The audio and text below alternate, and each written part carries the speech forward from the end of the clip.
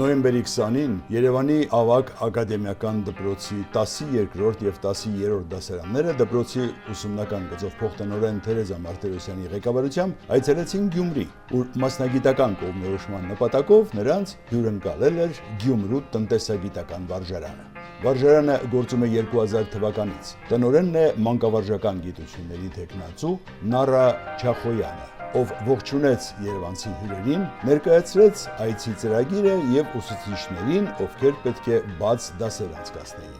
Երևանից ժամանած հյուրերը ծանոթացան վարժարանին, ապա նրանց համար բաց դասեր անցկացրեցին։ Իսկ բաց դասերը անց էին կացվում երկու առարկայից։ Անահիտ Իսկանդարյանը բացեց աշակերտների առջև ֆիզիկայի գաղտնիքները, կազմակերպելով նրանց մասնակցությամբ փորձեր։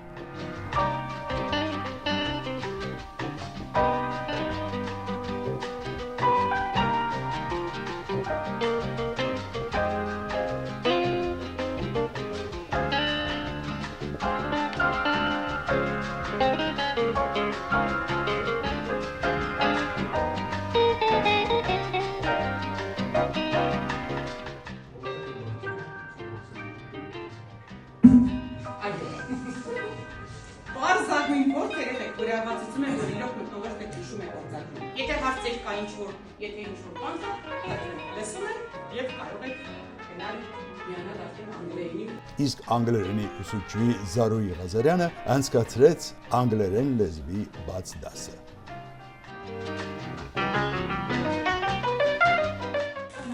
True and false questions. You are going to guess the questions, the statements. If the statement is true, you are going to say that it is true. And it is, if you think that it is false, say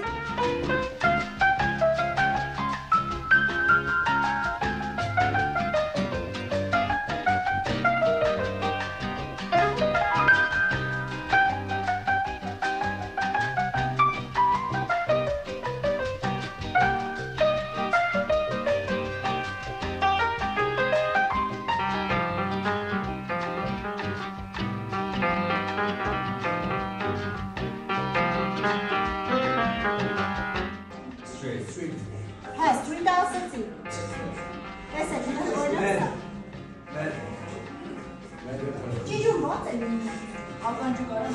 Հանդիպումը շարունակվեց դպրոցի հանդիսությունների սրահում, ուր վարժարանցիները ներկայացրեցին գեղարվեստական ծրագիր եւ կազմակերպեցին հետաքրքիր վիկտորինա։ Ովքեր որ շարացին, նրանք կստանան այս փոքրիկ նվերը, որոնք որ մենք մեզ տեխնոլոգիացնել։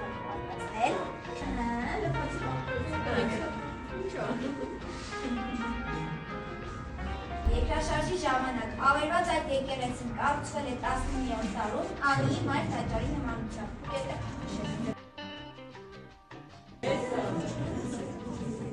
Միջնադարյան հայկական որ բնակավայրի խաչքարերի կրկնօրինակներն են։ Իհարկե վերջում անհրաժեշտ էր թողնել գրառումներ, ուր բոլորի մոտ առկա էր շնորհակալություն խոսքը։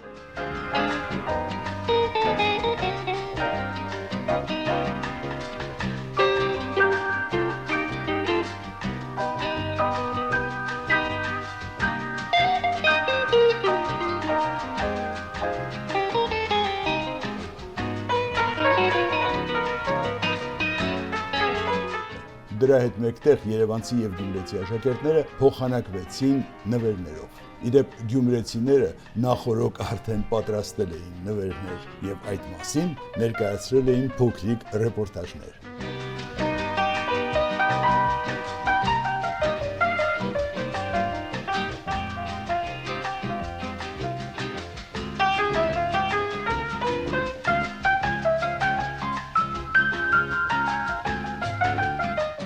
Հայոց մայրաքաղաքից մի քաղցր եւ ճանաչողական կտոր ընծայվեց գյումրեցիներին հետեւյալ մակագրությամբ։ Լավագույն մաղթանքներով Երևանի ակադեմիական ավագ դպրոցից Գյումրու տնտեսագիտական վարժարանի անձնակազմին ի երախտիկ 2025 թվականի նոյեմբերի 20-ին կազմակերպված հանդիպման շարունակական համագործակցության ակնկալիքով։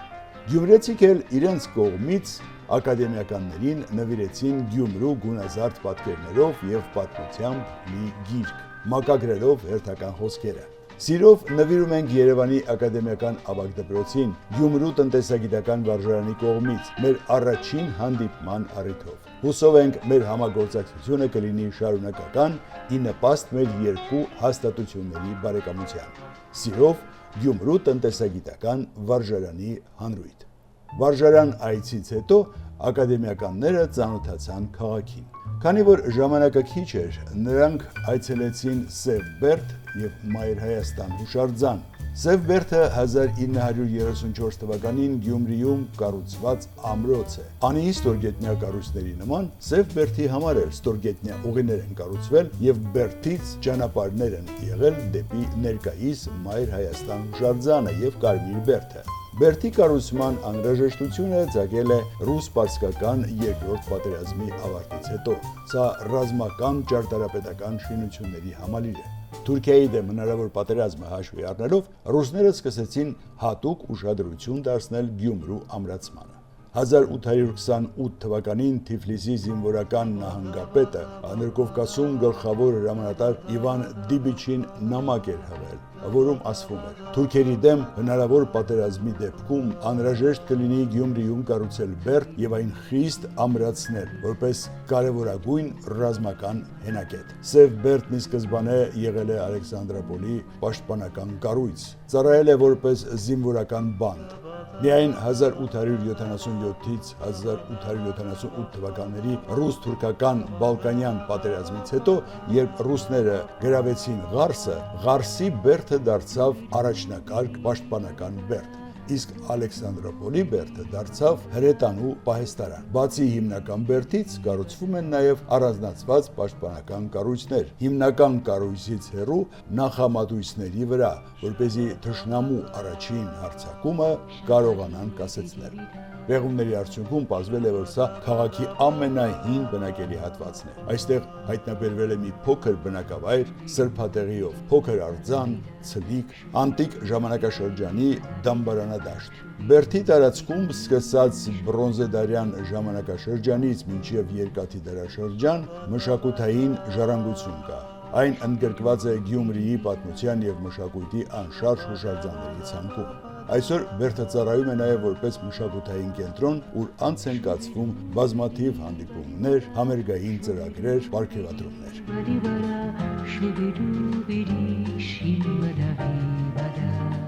Այսպիսին է Գյումրու Սև Պահապանը։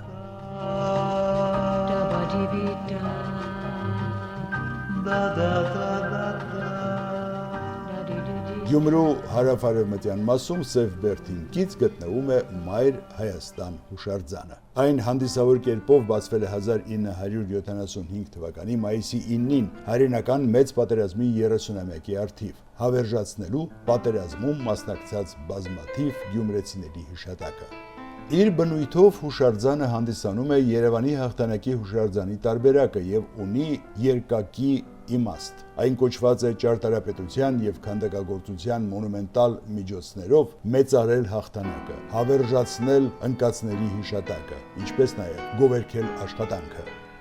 Հուշարձանի հեղինակներն են Խորհրդային Միության Գեղարվեստի ակադեմիայի իսկական անդամ, Խորհրդային Միության ժողովրդական նկարիչ, քանդակագործ Արա Սարգսյանը եւ վաստակավոր ճարտարապետ Ռաֆայել Եղոյան։ Կռած պղնձից պատրաստված հուշարձանը պատկերում է երիտասարդ կնոջ, հանդարտ էպիկական դիրքում։ Մի ձեռքում նա բռնել է Զվարթնոցի տաճարի խոյակը, որը խորհրդանշում է հայ ժողովրդի խաղաղ ստեղծագործումն ու հայ ճարտարապետության հանճարը,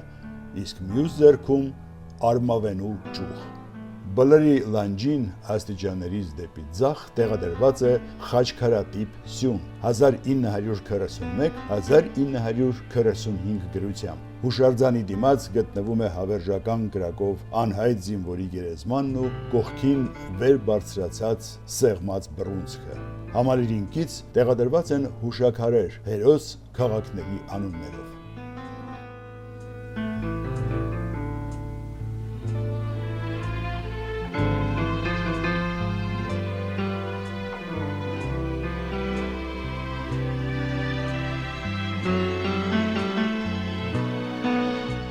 Թեպետ այս հուշարձանն էլ ընդգրկված է Գյումրու պատմության եւ մշակույթի անշարժ հուշարձանների ցանկում, բայց գտնվում են անկոչ գրողներ, ավելի ճիշտ վանդալներ, ովքեր չգիտես ինչու որոշում են իրենց այսպես կոչված ինքնագրերով պղծել մեր հուշարձանները։ Դա նկատվեց եւ Սևբերդում,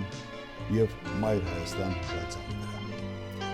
Հաջորդ եւ վերջին Գյումրվական դարը քաղաքի կենտրոնում Վարդանանց հրապարակում գտնվող 1874-ից 1886 թվականներին կառուցված Շիրակի թեմի առաջնորդանիստ Սուրբ Յոթ Վերք եկեղեցին էր, որի պաշտոնական անունը Սուրբ Աստվածածին է, բայց այն տեղացիների մոտ հայտնի է որպես Յոթ Վերք, ի պատիվ Մարիամ Աստվածածնի նկարի, որը այստեղ է տեղափոխվել Սուրբ Նշան եկեղեցուց։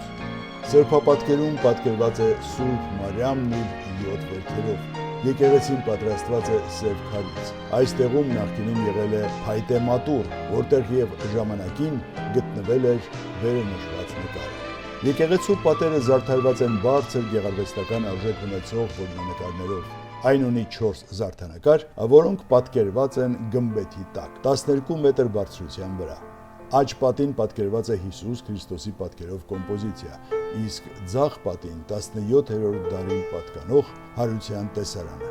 Խորանի կենտրոնում պատկերված է Սուրբ Աստվածածինը մանկան հետ, որի հեղինակն է հայ մեծանուն նկարիչ Վարդգես Սուրենյանցը։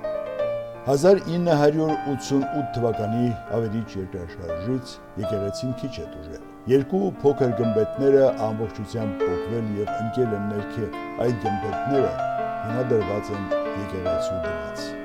Մենք հրաժեշտ ենք տալիս այս արվեստների եւ արհեստների քաղաքին, բոլորիս հարազատ, բազմիցս ծանր եւ դաժան օրեր տեսած, սակայն երբեք ծնկի չիջած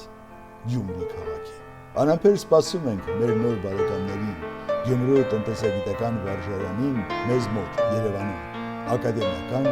ավագ դպրոցում, այնպես որ մինչ նոր հանդիպում։